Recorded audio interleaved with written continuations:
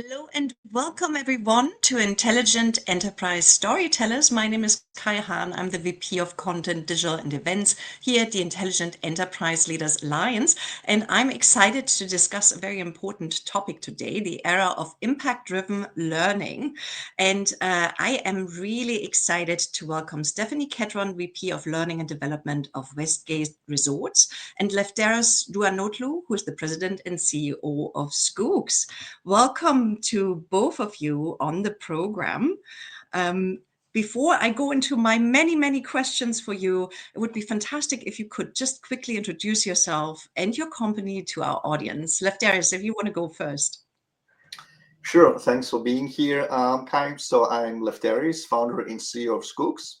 I've been in the software development space for almost 30 years, and I've spent much of that time deeply focused on learning and development. Skooks was built around a core belief of mine that meaningful learning is one of the most powerful drivers of personal growth and long-term business success. So I'm excited to be here today and discuss your questions around L&D. I'm Stephanie Ketron, VP of Learning and Development at Westgate Resorts. I've worked in the learning people space for about 15 years, and I'm excited to be here as a Scoots partner. I use their LMS and really excited to have this conversation about learning impact and how the future of learning is evolving so much. Yeah, so we actually did with Intelligent Enterprise Leaders Alliance a survey last December, surveying where things are going. And we found out that over 50% are really actively trying to move towards becoming a strategic partner for their business, making obviously outcome-driven learning and development super critical. Why do you think this is such a pivotal moment in time to make that shift? Stephanie, if you want to kick us off. Yeah, I think that the environment around us is just changing so much faster than learning modules could keep up. And so I think that's why we really all have to start making that shift, right? It's not about proving that learning matters because we all already know that it does, right? It's now about proving like which learning matters, right? Enough to invest in, enough to scale across the organization. And I think that's what's really important. Yeah, I would echo this as well. I think we're entering a phase where L&D stops being a support function and starts becoming infrastructure. In the past, learning lived in programs, platforms, and calendars. Going forward, learning will live inside the work itself, triggered by contacts, driven by skill needs, and adjusted continuously based on performance signals. I think the organizations that win won't be the ones with the most content or the best courses. They will be the ones that can sense where capability is falling behind strategy and respond faster than the gap grows. Yeah, very good points. Let's talk about how to identify and prioritize the skills that directly impact an organization's key performance indicators.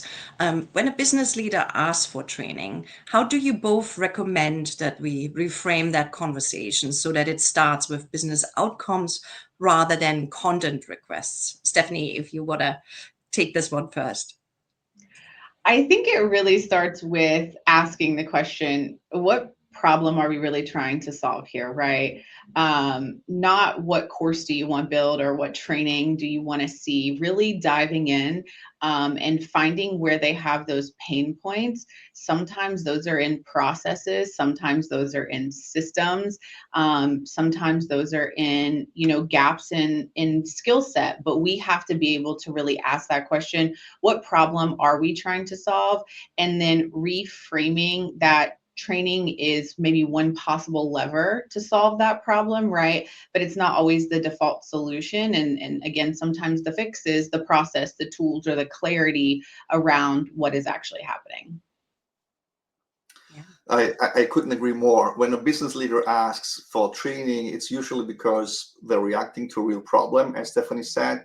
So, but they're expressing it most often the language of content rather than outcomes. So the reframe starts by shifting the first question. So not what training do you want, but what needs to change in the business. So that immediately moves the conversation from courses to outcomes. from we need a sales program or we need a program to improve customer service to we need specifically to improve business metrics like higher conversion or higher upselling rate. And from there, we work backwards. We identify which behaviors actually drive that outcome, which skills enable those behaviors, and only then determine what learning interventions are needed and at what depth. Imagine, for example, in a QSR, we may want a cashier to confidently offer a combo upgrade, or in hospitality, a front desk agent to recognize upgrade opportunities during check-in. And so it's that shift that changes how leaders engage, because they're no longer buying content, they're investing in actual results at the end of the day. Mhm. Yeah, very good points. What capabilities would you say do L&D teams need internally before they can credibly prioritize skills that are tied to KPIs? So I think that L&D teams really need to start with business acumen, right? Knowing the company, understanding what the company does, understanding what the business leaders are going through, understanding what the business leaders are looking at, right? I think that's one of the key differences now, more than ever, is really just understanding the business so that you can be that support. Having the operational fluency to have some of those conversations. What are the workflows that these individuals, Left Harris talked about front desk, right? What are the workflows that the front desk agents are actually going through? I might not be the subject matter expert in that, but I need to have some high level of understanding to be able to come to the table and have a conversation with those individuals about maybe where I see the breakdown in that workflow, right? Where do I see the gap in the process? Because if I'm calling something like that out to a business leader, they're going to want to know that I took the time to really understand it, especially when I'm telling them, hey, training may not solve this. You have a process issue, right? And we need to fix the process issue.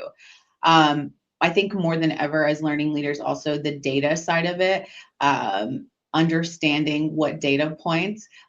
Left Harris heard me, talk about this a little bit with him as we went through this learning impact suite of really understanding what were the data points. Wow, that's a data point they're actually looking at. I didn't even know that was a data point that the front office was actually looking at. Let me dive more into that data point. Now understand what they're trying to get out of it, and then how can I help support them in that. And I think the last one I'll say is a word. I think we have to have courage. And I think that could be difficult at times, right? We have to have the courage to be able to really push back when a request doesn't align to the outcomes that they want. One of the questions I like to ask is, if this training were to work perfectly, what will be measurably different in 60 days from now? Right? And if that answer doesn't align, then I have to have the courage to really push back and say, training's not going to fix this problem, but I do see a process issue that maybe we could help you improve as well. Yeah. Well, as a technology partner to L&D teams, we've learned over time that before L&D teams can credibly prioritize skills tied to KPIs or business metrics, they need to build a very different internal muscle than traditional content design. That belief has guided how we've built our platform from day one, and it's why we approach conversations very differently when a business asks for training. So there are really a few capabilities L&D needs, and so as Stephanie said, definitely first of all, L&D must understand how the organization actually creates value, what metrics leaders care about, and how those metrics are influenced operationally. So this is definitely a must. Then I think L&D also needs the ability to translate outcomes into behaviors and skills. Business metrics or KPIs don't improve because people know more. They improve because people do something differently. And so L&D teams need a disciplined way to break business outcomes into observable behaviors, and then into specific teachable, measurable skills. And also, it's important to have a diagnostic capability. You can't really prioritize skills without knowing where gaps really exist. So that means that moving beyond self-reported confidence or course completion and towards skill level signals that show proficiency, readiness, and progression. And then finally, they need to have a way to measure and get feedback. So if L&D wants to claim alignment to business and KPIs, They have to be able to observe whether learning interventions are actually influencing behavior, and as a result, performance indicators over time. So when those capabilities are in place, skills stop being an abstract taxonomy exercise. It becomes more of a strategic prioritization mechanism. So at that point, L&D isn't just supporting the business, it's helping steering the business in reality. Yeah, I love that. So we have business acumen on one hand that L&D teams need to really develop. We have courage, which I love that you brought that up, and confidence, which goes hand in hand, obviously, with having the acumen to begin with. And then I love the behavior and how that behavior is kind of related to skills. And that conversation then fundamentally changes when organizations can map skills to specific business metrics, like you said, Lefteris. So why is that mapping so transformational for both L&D and business leaders? I think that it changes learning from a nice to have to a non-negotiable at that point, right? So it shifts L&D from being a cost center, because, I make a joke, and hopefully everyone can laugh at this. We have a P&L statement, and I always take the L on the P&L statement, right? There is no profit to most L&D teams.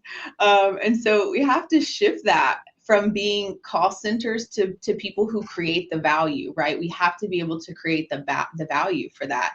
And then, getting leaders to stop asking the question, did someone complete this, right? And have them start asking the question is, did this move the needle? Or where did this move the needle? Or, oh, hey, by the way, learning and development, they overseen this, and this is where it moved the needle.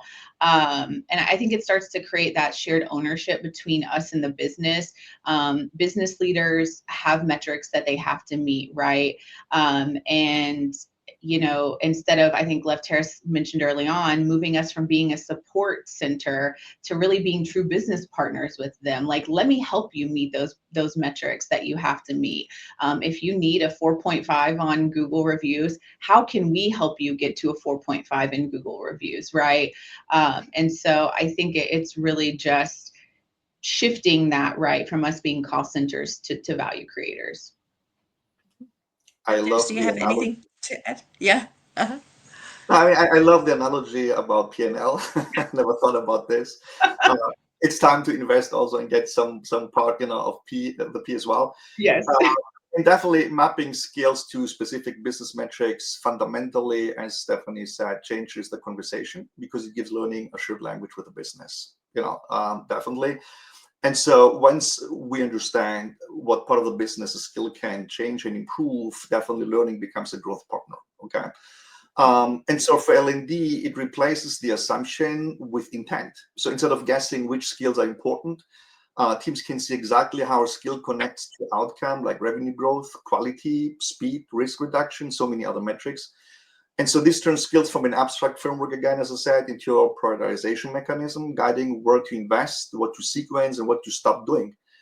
For business leaders, that shift is just as significant, because learning stops being an L in the P&L or black box. When leaders can see how a specific capability like negotiation, or quality inspection, or operational decision-making maps to concrete metrics, learning becomes something they can reason about, they can challenge, they can sponsor, just like any other investment. And so the real transformation happens in how decisions then get made. And so conversations move from how many people completed the training, which is so familiar to us, to which skills are constraining performance right now. Okay. And it allows organizations to focus learning effort where it actually matters, rather than spreading it evenly everywhere. Yeah. So let's drill into this whole question of, we're moving from a cost center really to driving outcomes. How do you create that visibility into how learning investments translate into business results? Stephanie, when you had your team calculate the true cost of a multi-month project, what changed when they saw learning through a cost and returns lens instead of just a quality lens? I think that it was very eye-opening for them, right? Because they realized that training isn't necessarily free just because we do it internal. There's a cost to it. There's time, there's labor, there's travel, there's all these different opportunity costs that start to add up. And so I think they were able to take a step back and go, wow, I really spent this much money creating this project, right? Not necessarily time. I don't think we always equate time to money. And I think when I was able to then put time to money for them, it was very eye-opening. And then I was able to shift the conversation and say, what were the outcomes on the other side of that? When you thought about the outcomes that you had, did they cost the same? Did they cost less, right? Did we have a return on what we did with this project that we did? And I think it was very eye-opening for the team to see, the true depth there of the cost of what a program could be. Yeah. And many organizations obviously are still measuring learning success through completion rates. How do you both think L&D leaders can shift that conversation more towards financial and operational impact instead? I think it starts with tying learning to the performance before and after, not just the attendance, right? So what was the performance when we started, and now what is the performance, beyond that? Completion is a great activity metric, right? We still are going to want to see, did we have people actually complete this? But it's not a success metric. It's just that. It's just an activity metric. And for so long in learning, I think that everybody was okay with an activity metric because it meant your learning team was, I guess, working, right? They were doing something. But now I think you have to shift that to what is the success metrics that we're trying to get out of this, right? What is it that leaders actually care about? Do they care about the productivity, the guest scores, the retention, and really then building those expectations up front? How well, how well were we known for this work, right? And then share some of those metrics and make it more relevant to the business. So completion rates only answer the question, did it happen, right? Impact answers the question of, did it matter? Yeah. Yeah. Totally agree. I mean, completion rates still dominate because they're easy, familiar, and historically the only signal L&D could reliably produce, but they don't tell, as Stephanie said, the business whether anything actually changed. And so Stephanie mentioned very often the word success. I think shifting the conversation starts by reframing what success means. Instead of asking, we said it many times, did people finish the course? L&D needs to ask what changed in performance because they did. So that immediately moves learning into the same accountability model as other business investments as well. So practically, I would say that shift happens in stages. So first, L&D aligns every major learning initiative to a set of financial operational outcomes, things leaders already track, like revenue per employee, upselling rate, error rates, endless of metrics. And so learning doesn't own those metrics, but it must be able to explain its contribution to them. And then second, leaders must start using impact data to make decisions. So when learning investments are increased, reduced, or stopped based on business effect, not usage, completion rates naturally lose their power, even though Stephanie said we will always have to somehow making sure that, we understand, the participation. And I think to sum up the real mindset, and I think we're here all in alignment, changes this: completion is evidence of participation, but not evidence of value, definitely. So once organizations accept that distinction, learning measurement evolves from reporting activity to managing performance. Yeah, I love that. Let's shift gears a tiny bit and look into how to build organizational agility through continuous adaptive workforce development. And let's look at the technological angle first. Lefteris, from a technology perspective, how does enabling rapid experimentation rather than long development cycles really change how organizations learn at scale? I would say similar to how we build software. So from a technology perspective, the shift from long development cycles to rapid experimentation fundamentally changes learning from a static delivery function into more of a living system of continuous adaptation. When learning platforms are built for experimentation, Organizations stop treating training as something they design once and deploy everywhere. So instead, learning becomes something they test, measure, and refine in real time, just like modern product teams do with software, as I said. So practically, this means that teams can launch small, targeted, impact-driven learning interventions in one part of the organization, observe how people actually behave on the job, and quickly adjust content, sequencing, or emphasizing based on real business signals, not assumptions. And so learning stops being about completion rates again and starts being about validating the impact. At scale, this is transformative because you're no longer trying to predict the perfect curriculum upfront for thousands of roles and contexts. So you're creating a system where learning continuously improves itself, where skills, content, and assessments evolve as the business evolves. And this is where technology becomes a force multiplier. I mean, that's not really that easy without the technology, and especially also without AI that helps for rapid AI generation and content generation. When experimentation is embedded into the learning infrastructure through modular content, granular assessment, skill level feedback, and impact measurement, organizations learn faster than the environment changes. So experimentation doesn't just help you move faster, it helps you avoid scaling the wrong learning to the entire workforce. And that's ultimately the difference between organizations that train people and organizations that learn as a system. Yeah.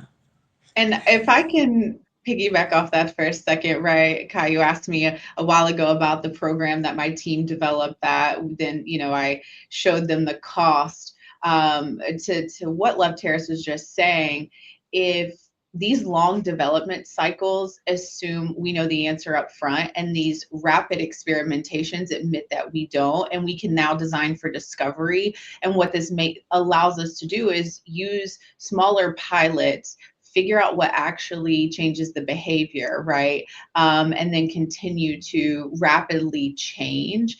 I think experiments fell fast and they're cheap, right? But large programs fell very slowly and they're very expensive.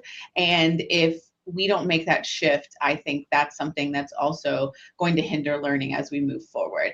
I have a team member that says, fell fast. And I do think that is really, truly important in the time that we're in right now to be successful long-term. Yeah, and especially as technology accelerates so fast now, just staying on top of things will really require a very different approach to learning and development. I mean, the long development cycles just can't cope with the reality of changing technologies and changing realities of the business, right, going forward. Talking about the future, my last question for you would be really, what mindset shift must L&D leaders make today to remain relevant and indispensable over the next 5 years, taking into consideration everything that we just discussed? Don't know who wants to go first. I open it up for you. I can go first. I think I'm very passionate about this. Again, I've been in this space. I say only 15 years because I don't think that's a really long time compared to some of my counterparts who have been here for a long time. And so I've seen the shift, right? I've been able to kind of like watch what's happened and transpired. And I think we have to move from being service providers to being strategic operators, right? We have to let go of being liked, and sometimes that's hard, and we have to prioritize being trusted by the business, right? Being trusted that we're going to take those metrics into consideration when we're telling them this is what we think you should do, when they came to us with something completely different, right? Because those operators, they know their business inside and out. And so we need them to trust us that we know enough about their business that we can make a recommendation that could very well just be different than what they initially came to us with. I think we have to be comfortable saying no or not yet when things don't really align with the impact. And then, the future belongs to the learning leaders who can sit at the table and speak business first and learning second and be okay with that, because it's hard for us sometimes as learning leaders to be able to do that. Yeah, definitely. I mean, the most important mindset shift L&D leaders must make is moving from being builders of learning programs, as Stephanie said, to architects of performance systems in reality. So for decades, L&D success was defined by delivering high quality content at scale, which is the most, that is the most plethora of courses, library to subscribe for. Over the next 5 years, I think relevance will be defined by what the learning can shape behavior, build critical skills, as we said many times, and influence the business outcomes continuously, not kind of sporadically. And so that requires L&D leaders to stop asking what should we train and ask what capabilities does the business really need to win next, and how do we build them faster than the market is changing, because we live also in a world that everything is changing at light speed. And so it also means embracing uncertainty. Instead of designing perfect programs up front, we said it a couple times, L&D must operate with a product mindset, testing, measuring, refining, retiring, learning based on evidence. And so learning becomes less about coverage and more about adaptation. And finally, I think L&D leaders must be comfortable being accountable. At the end of the day, indispensable L&D functions don't just report activity, they help leaders make decisions, where to invest, where to stop, and which skills truly matter now. Those who make this shift, I completely agree, become strategic partners in how the organization evolves. We believe that the future of L&D indeed belongs to leaders who help the business evolve. I mean, I think this is definitely certain. We all agree on this and not just educated. Yeah, fantastic closing remark. Help the business to evolve, move fast, embrace innovation, experimentation, be confident, and know your stuff, right, at the end of the day. So thank you both so very much for this incredibly insightful conversation. Any last words in closing from both of you? I think if I left everyone with one takeaway today, it's that learning can no longer sit on the sidelines of the business. We have to get into the business and partner with our business partners. Love it.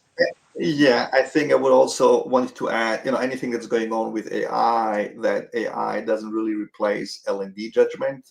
It gives leaders a visibility and speed they've never had before to connect learning to real business performance, which, by the way, wasn't that easy before AI also was mature enough to really provide that support. Yes. Yeah, amazing. Lefteris, for everyone who wants to find out a little bit more about Scoots, where can they find more information? Well, they can visit our website on skooks.com, where they can find information about the product, our service solution, and can also reach out to our team as well. Okay, fantastic. Then thank you both so much for an incredibly insightful conversation. My best wishes for all endeavors in the future. And thanks so much to everyone who joined us today. If you haven't subscribed yet, please subscribe. And we hope to see you at the next episode of Intelligent Enterprise Storytellers. Thank you so much. Thank you as well. Thank you.